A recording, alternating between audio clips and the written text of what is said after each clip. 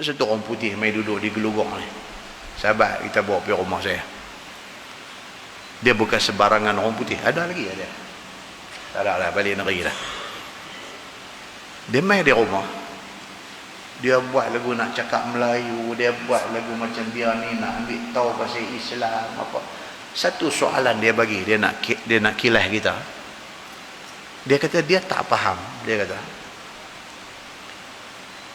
kalau betul dia kata Allah yang turunkan semua kitab ni, dia kata pasal apa Allah buat lagu tu? Dia kata.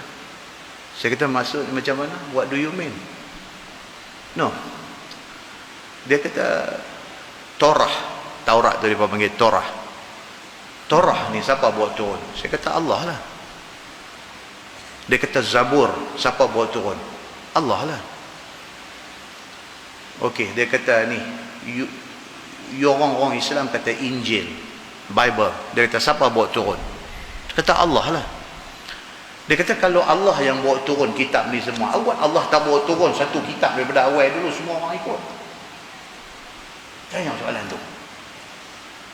Kalau betul dia Allah, dia kata kalau betul dia Tuhan, pasal apa dia tak boleh fikir awal-awal benda tu? Dia cuba membawa Allah tu jadi manusia. Nampak tuan? Orang di rumah hujah macam tu.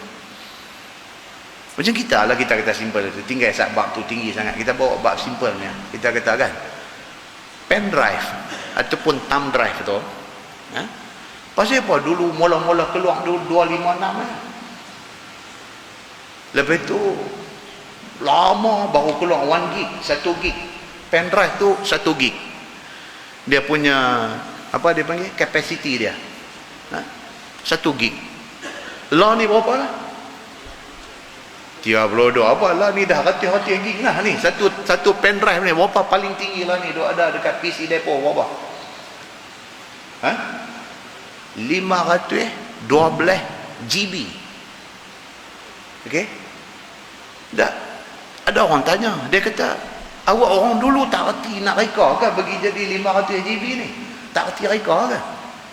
Awak yang dulu buat 1 gig aja, buat 2 gig aja. Kita punya komputer, kita punya hard disk kita. Mula-mula beli dulu berapa aja hard disk tu? Lepas tu naik sampai lah ni dia ada satu apa TV dia bagi. Ni orang kedai komputer ni. Satu apa? Terabyte. 1 terabyte. Awak orang dulu tak tera ke? Orang lah ke baru tera, baru boleh fikir nak buat hard disk besar macam tu. 1 TV. Awak dulu tak fikir? Pasal apa dulu buat handphone tu dia besar, kucing tengok lari. Dia takut punggai dah. Tu dia telefon. Tuan-tuan ingat dulu telefon 011 bawa macam beg tu. Orang yang duk buat kerja balak, duk masuk lautan tu. Nama Mobira Ator 011. Pasang dalam kereta, bubuh area, tebuk body kereta tu, pasang area keluar. Bubuh kat tengah. Sambil dua orang dial angkat dengan wayar-wayar juga dulu. Zaman lah tinggal kecil saat ni. Dulu dengan tak boleh nak surf internet apa semua tak boleh. Lah ni tuan-tuan kalau jual Nokia 32 sekupang apa dulu, mana ada siapa nak beli dah lah ni. Semua nak cari hak jenis WhatsApp boleh pakai. Minggai kes itu ya. Kes itu. Awak persoalannya, awak dulu mereka tak tahu, tak boleh fikir dengan benda ni. Pasal apa? Lah baru boleh fikir benda ni. Setengah orang dulu tanya macam tu. Mereka nak pakai benda ni kepada Tuhan. Mereka kata Allah buat turun kitab Zabur kepada Nabi Daud. Lepas tu dia buat turun kitab Taurat kepada Nabi Musa. Lepas tu dia turun kitab Injil kepada Nabi Isa. Lepas tu dia turun Quran kepada Nabi Muhammad. Awak Tuhan buat turun kitab macam-macam lagu tu. Mai hak ni cancel, mai hak ni cancel hak dulu, mai hak ni cancel hak dulu. Bila mai Taurat cancel Zabur, bila mai Injil cancel Taurat, bila mai Quran cancel semua sekali, kena ikut Quran. Kalau Tuhan tu juga yang bawa turun kitab-kitab ni, awak, dia tanya, awak ni tuan-tuan takut nak jawab. Pasal dia bunyi Melayu ada, orang putih apa ada. Awak. Dia kata awal Tuhan daripada awal tak buat turun main Quran. Daripada Adam dulu dah baca Quran, sampailah Nabi Muhammad baca Quran. Awal lagi. Awal Allah tidak standardize benda ni. Dia bertanya dulu tu. Malam ni jumpa jawapan dia. Tuhan kata apa? Walau sya'allahu la ja'alakum ummatan wahidah. Dan kalau Allah mau, nescaya menjadikan Allah akan kamu ni umat yang satu. Tuhan kata kalau aku nak buat benda tu, Allahu Akbar. Apa masalah bagi Tuhan? Kalau Tuhan nak jadikan Quran itu, daripada Nabi Adam lagi pakai Quran dah. Sampai kepada Allah ni, satu aja kitab yang Tuhan buat turun. Tidak ada Zabur, tidak ada Taurat, tidak ada Injil. Tuhan boleh kalau Tuhan nak buat. Dia buat turun Quran aja daripada awal-awal dulu. Tuhan kata dalam ayat ni, walau sya'allah, kalau Tuhan nak, kalau Tuhan mau, la ja'alakum ummatan wahidah. Awal-awal Tuhan bagi jadi semua manusia ni satu aja, ikut Quran satu aja.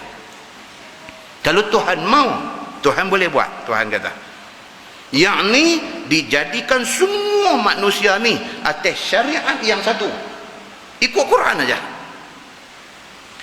Walakin liyabluwakum fi ma atakum, akan tetapi masing-masing ia akan agama kamu.